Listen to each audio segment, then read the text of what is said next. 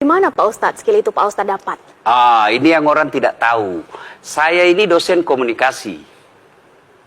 S1, S2, S3 saya itu komunikasi. Di dalam ilmu komunikasi ada disebut komunikasi persuasif. Bagaimana orang dibujuk supaya dia mau ikut dengan kita.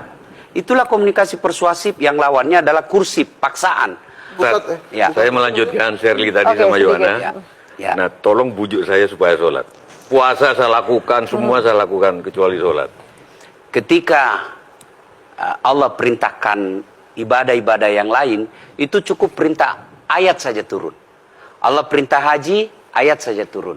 Allah perintah puasa, ayat saja turun. Allah perintah bayar zakat, ayat saja turun. Tapi ketika Allah perintah sholat, tidak boleh ayat turun. Nabi dijemput oleh 2 malaikat, kemudian diajak naik, ketemu dengan Allah, untuk menerima perintah ini. Kenapa? Karena perintah ini sangat penting.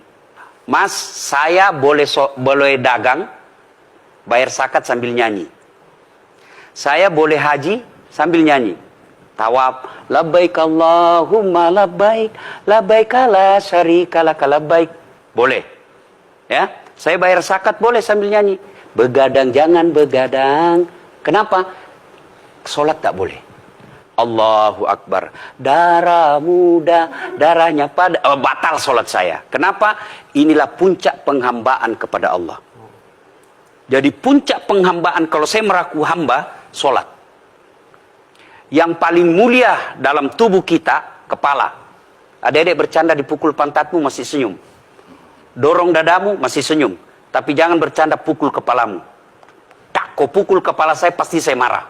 Kenapa? Harga diri di sini.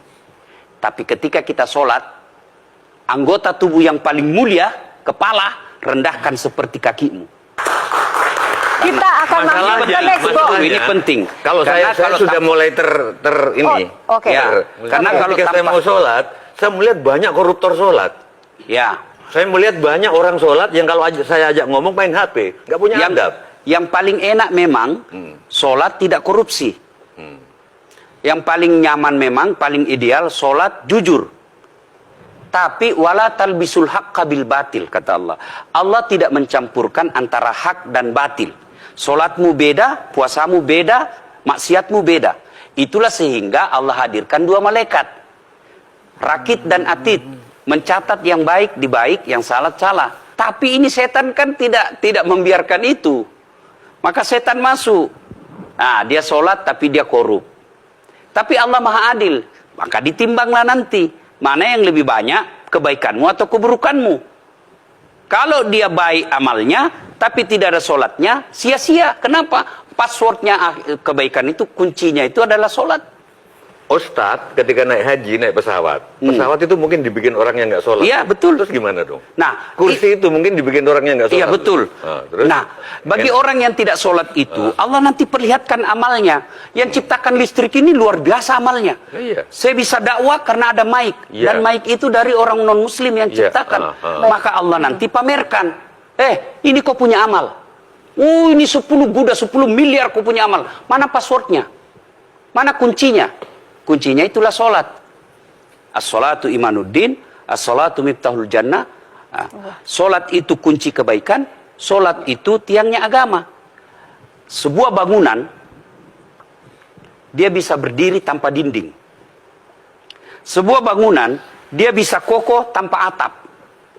Tapi ketika bangunan tidak punya tiang, pasti tidak kokoh. Tiang itulah dalam agama, sholat. Dia tidak husuk, tidak ada urusan. Allah tidak hitung kamu husuk atau tidak. Kamu datang deh sujud sama saya. Ya. Sudah sholat, idealnya dia bersih. Karena tidak mungkin sholat kalau dia tidak wudhu. Tapi kok ada orang sholat tapi jorok. Buang sampah sembarangan. Itulah keberhasilan setan menggoda kita. Itulah sebabnya kita minta perlindungan kepada Allah. Kenapa ketika melontar 3 jumroh? Orang haji kan melempar 3 jumroh. 1 tiang, 7 batu. Kenapa tidak dikumpul saja itu? 1 kali lempar, tak, tak, tak. Kenapa? Kenapa mesti 3 hari dan kenapa mesti 3 titik? Itu pesan moralnya, melawan setan itu perlu napas panjang. dengar azan, jangan pikir setan, dia tebar itu. Tidak usah kau sholat, nanti kau tua. Anggaplah pergi sholat, setan menyerah, tidak. Buru-buru kamu, buru-buru. Akhirnya apa? Wudhu tidak sempurna. Anggaplah Anda wudhu dengan sempurna. Setan menyerah, tidak. Masuk masjid. Tidak usah sholat sunnah, tidak usah sholat sunnah. Prinsipnya setan, kalau dia tidak bisa dikalah, jangan untung. Nah, gimana Mbak Teja? Udah teryakin kan? Oke. Jelajah